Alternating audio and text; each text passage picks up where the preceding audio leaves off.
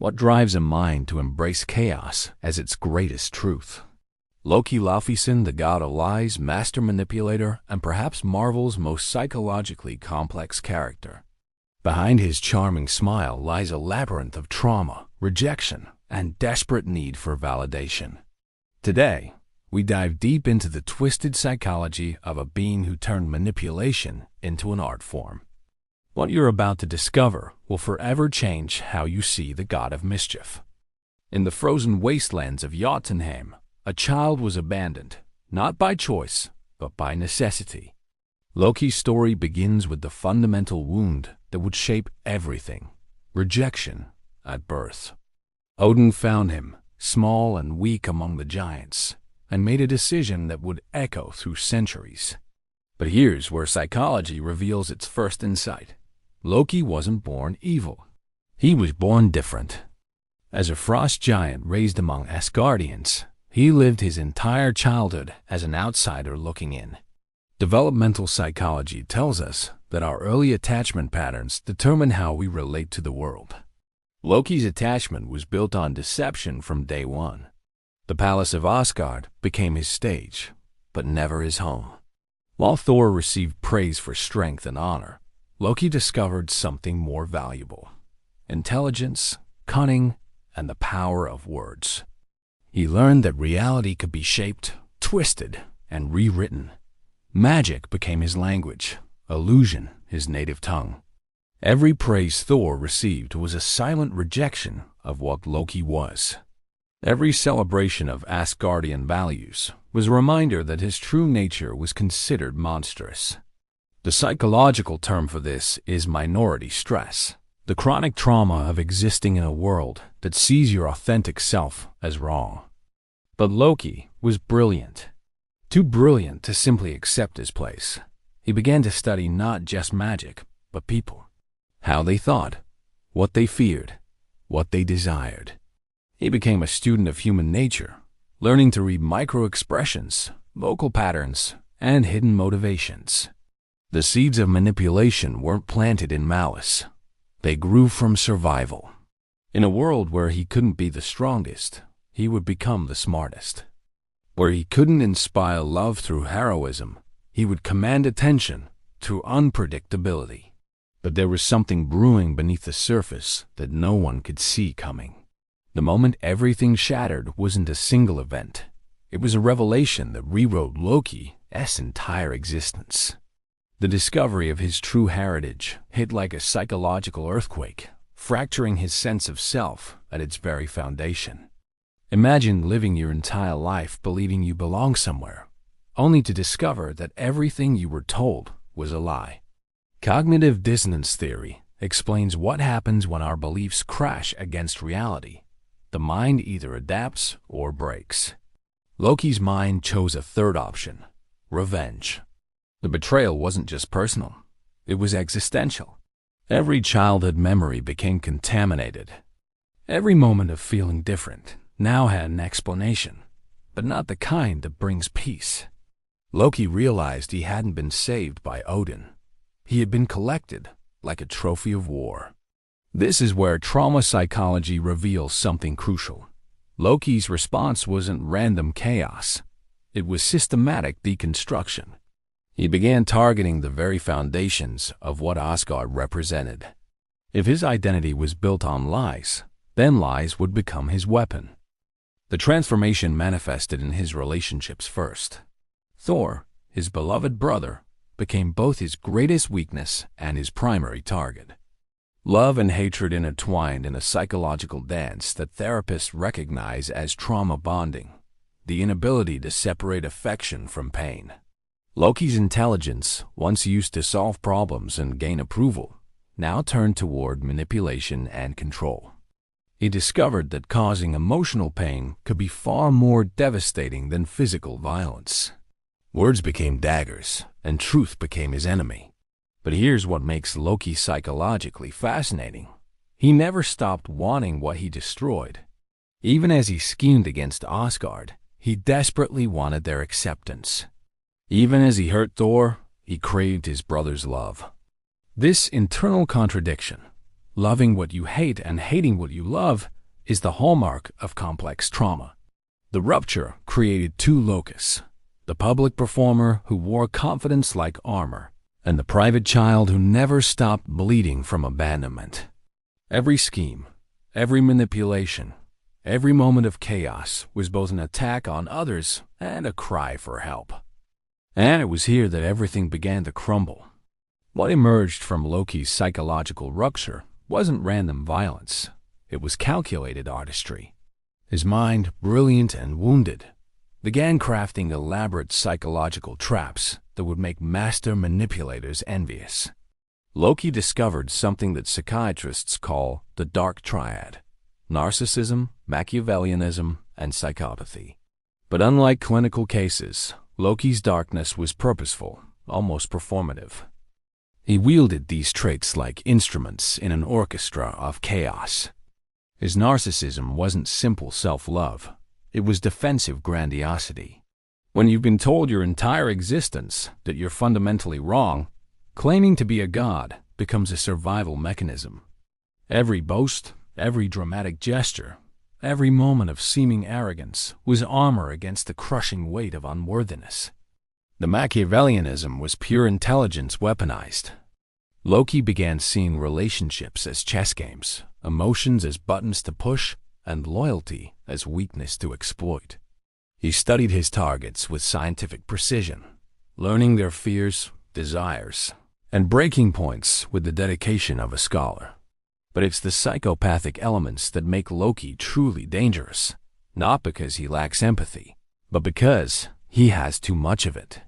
Emotional intelligence in the wrong hands becomes a scalpel for the soul. Loki could read people so well that he knew exactly where to cut to cause maximum damage. His methods evolved beyond simple trickery into psychological warfare. He didn't just lie. He created entire realities where others would willingly believe his lies. He understood that the most effective manipulation doesn't force people to act against their will.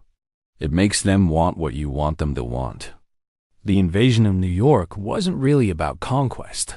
It was therapy through destruction. Loki was working out his abandonment issues on a global scale, forcing humanity to kneel because he had never been allowed to stand as an equal. His dialogue became weaponized poetry, every word chosen for maximum psychological impact. Kneel before me wasn't just a demand for submission. It was a traumatized child screaming, "Acknowledge me," through the mouth of a god.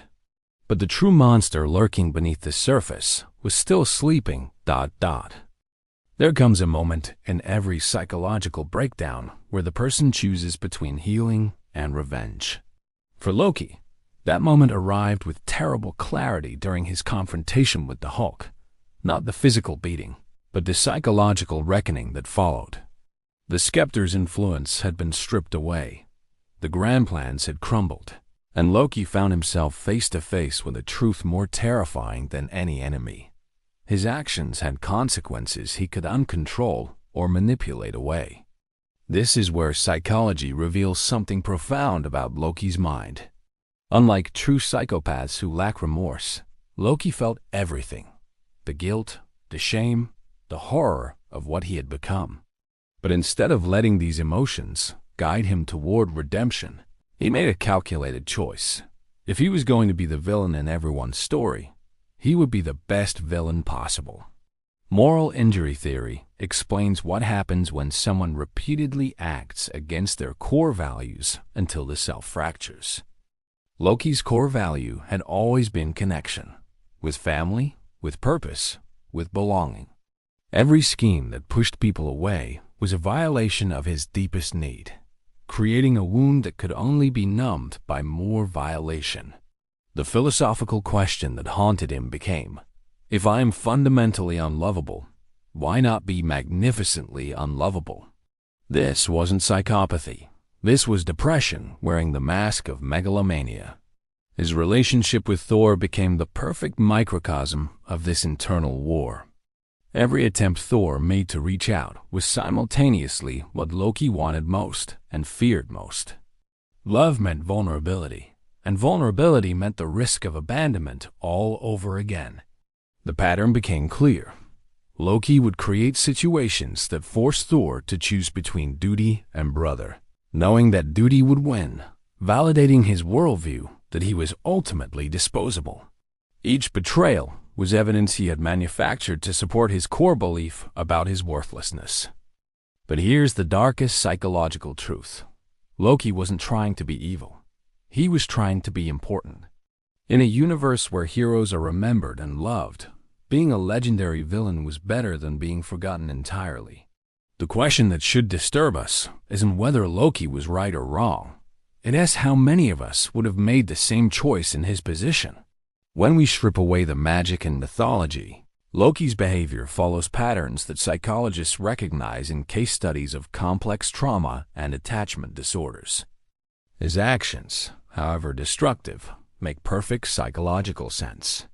Studies in developmental psychology show that children who experience early abandonment often develop what is called disorganized attachment, a pattern where the same person who provides safety also represents threat.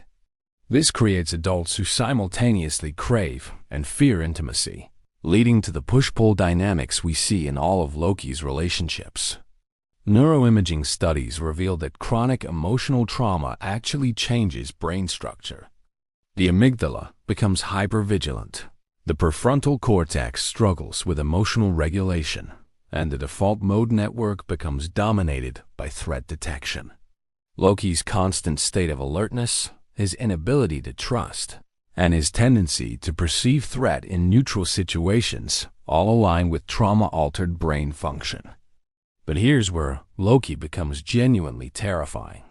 His intelligence remained intact throughout his psychological deterioration. Research shows that highly intelligent individuals with personality disorders are exponentially more dangerous because they can construct elaborate justifications for their behavior while maintaining enough insight to manipulate others effectively. Loki demonstrates what clinicians call malignant narcissism, grandiosity combined with antisocial behavior, but with enough preserved empathy to understand exactly how to cause maximum psychological damage. He doesn't hurt people randomly. He hurts them precisely where they're most vulnerable.